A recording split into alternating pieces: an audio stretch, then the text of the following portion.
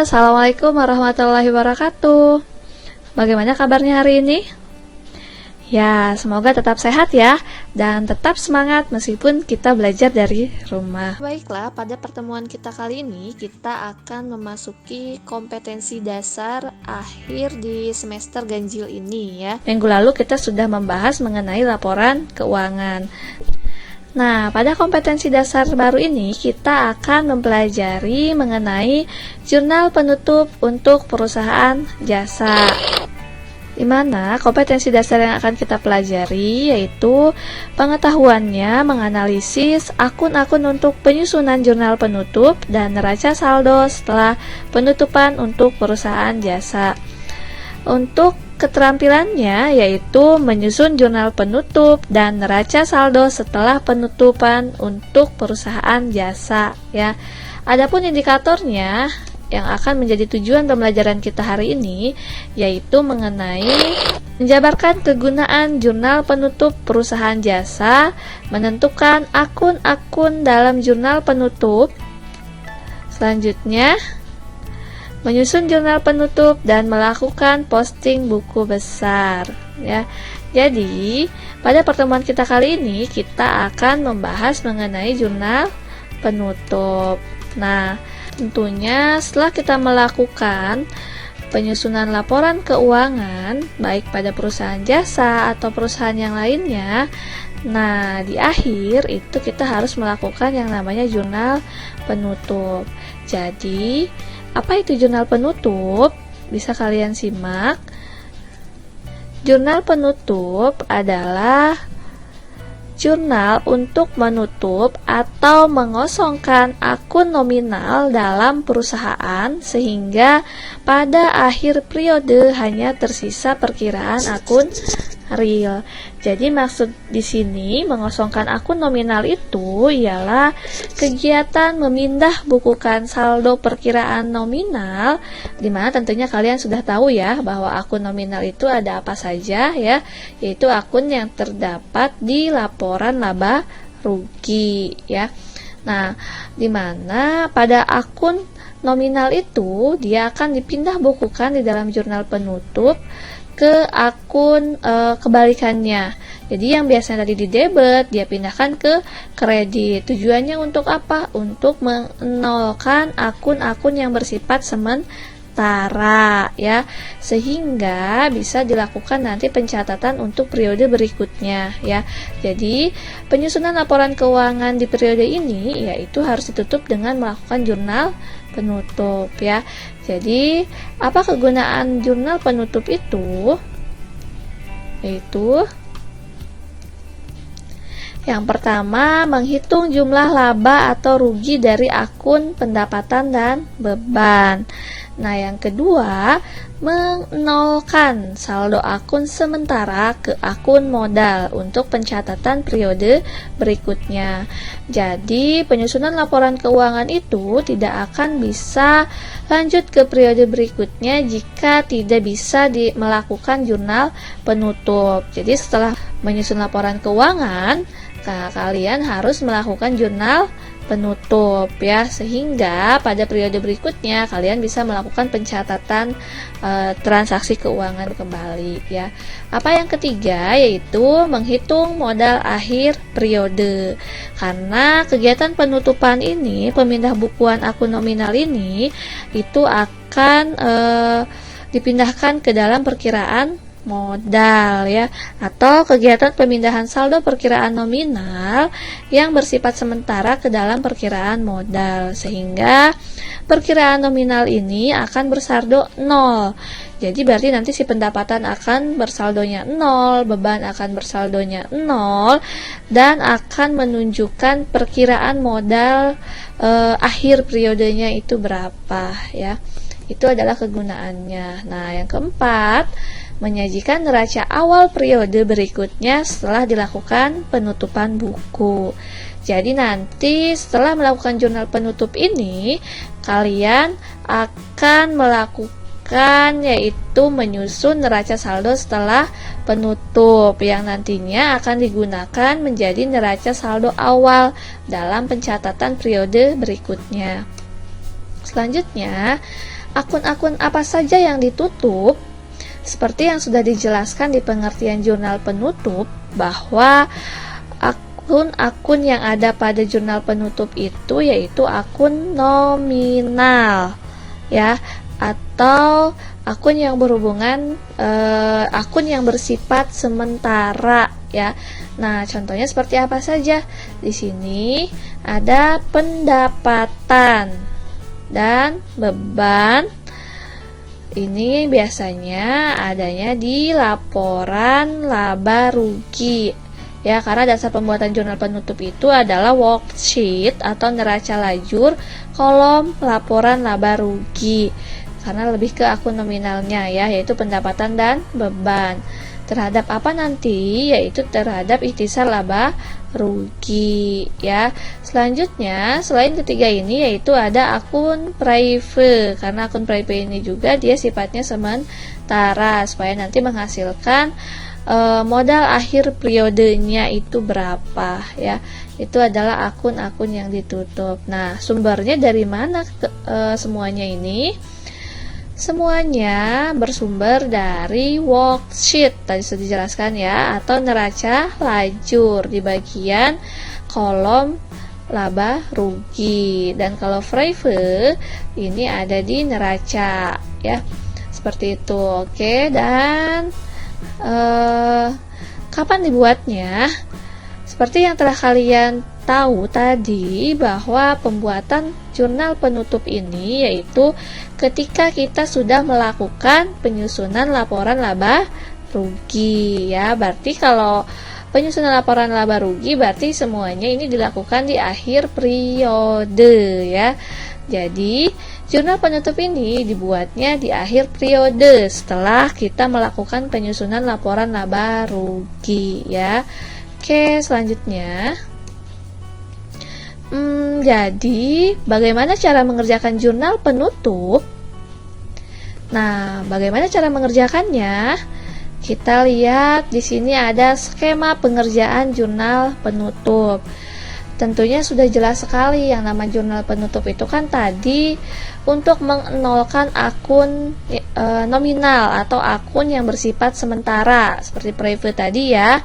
Jadi, kalian sudah tahu bahwa akun pendapatan dia saldo normalnya ada di, ya, saldo normal akun pendapatan ada di kredit. Nah, kalau di jurnal penutupnya, supaya dia menjadi 0, berarti saat pencatatannya yaitu dia berubah menjadi saldonya di debit. Terhadap apa ditutupnya? Yaitu terhadap ikhtisar laba rugi, ya.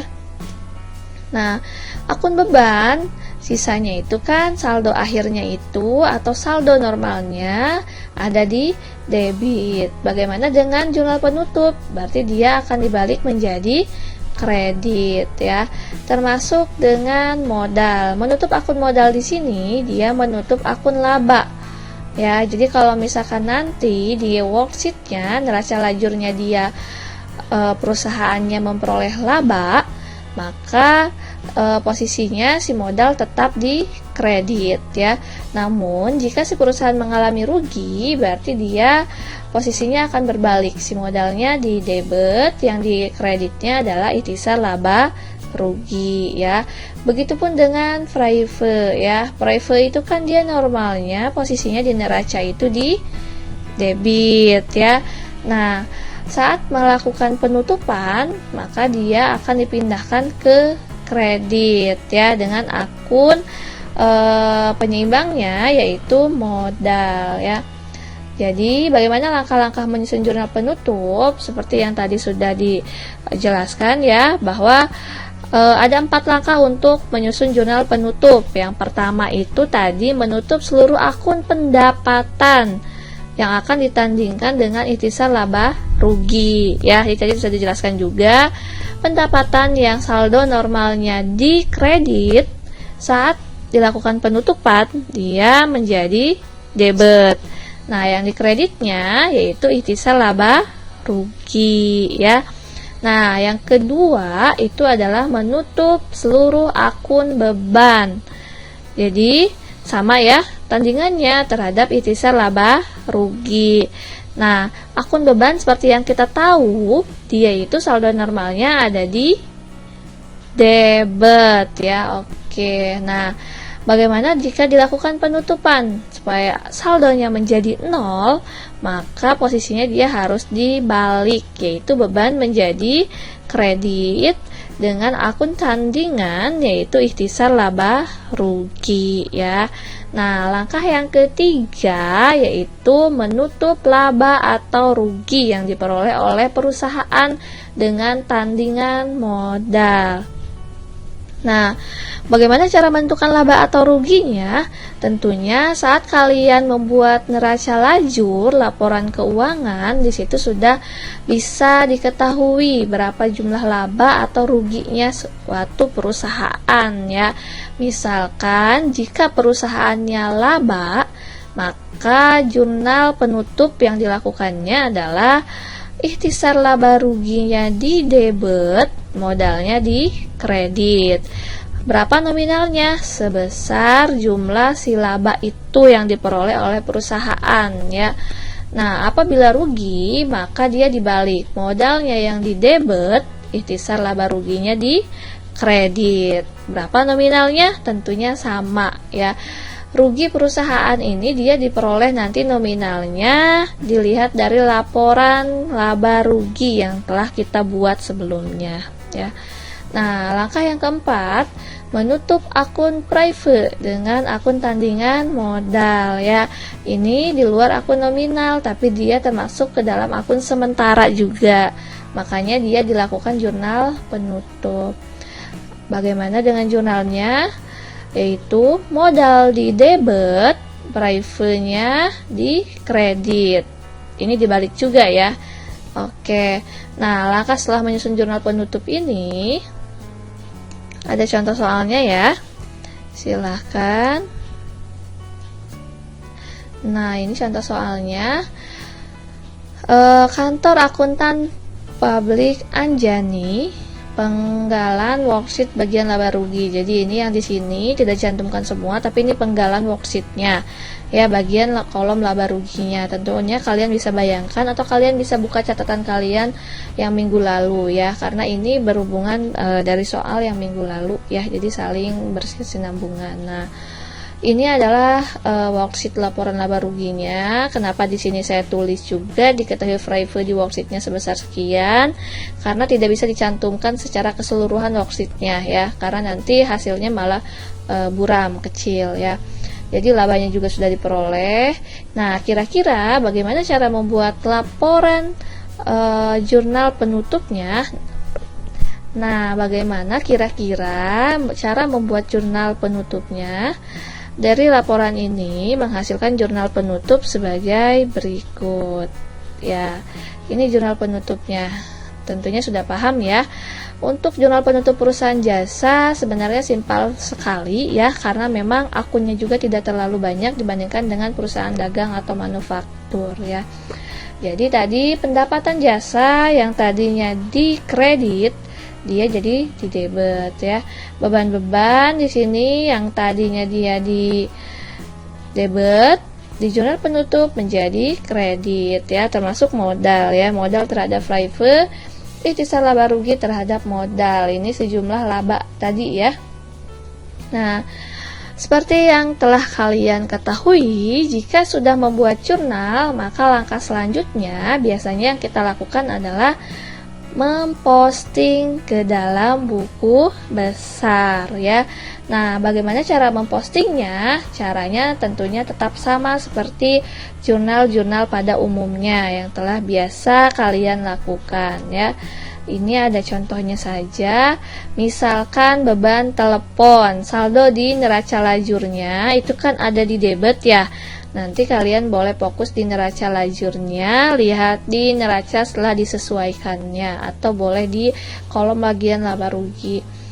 Untuk saldonya dia 400.000, dia di debit. Nah, kita lihat di jurnal penutupnya, bebannya yang telepon itu berapa di jurnal penutupnya? 400.000, posisinya ada di kredit. Nanti kita masukkan nih Di sini kita masukkan 400.000 di kredit. Maka tentunya tahu rumusnya ya. Jika debit ketemu dengan kredit, berarti dia dikurang. Jadi 400.000 dikurangi 400.000, maka hasilnya adalah 0 ya. Nah, ini adalah tujuan dari jurnal penutup, yaitu menutup akun-akun nominal, akun-akun sementara supaya jumlahnya menjadi 0, dan ini telah kita lakukan ya. Nah, setelah melakukan buku besar ini, nanti di pertemuan berikutnya kita akan menyusun neraca saldo setelah penutup. Nah, maksudnya seperti ini nanti. Jadi, neraca saldo setelah penutupnya itu setelah dilakukan jurnal penutup akan tampak seperti ini ya. Dan ini akan kita bahas di minggu berikutnya ya. Paham sampai sini ya? Setelah ini bisa kalian kerjakan LKPD yang ada pada e-learning Moodle ya. Jadi silahkan kalian pelajari dan diskusi bersama kelompok kalian masing-masing ya. Nanti kita akan mempresentasikan hasilnya ya. Oke, paham sampai sini ya. Terima kasih banyak. Selamat belajar dan tetap semangat ya. Baiklah, assalamualaikum warahmatullahi wabarakatuh.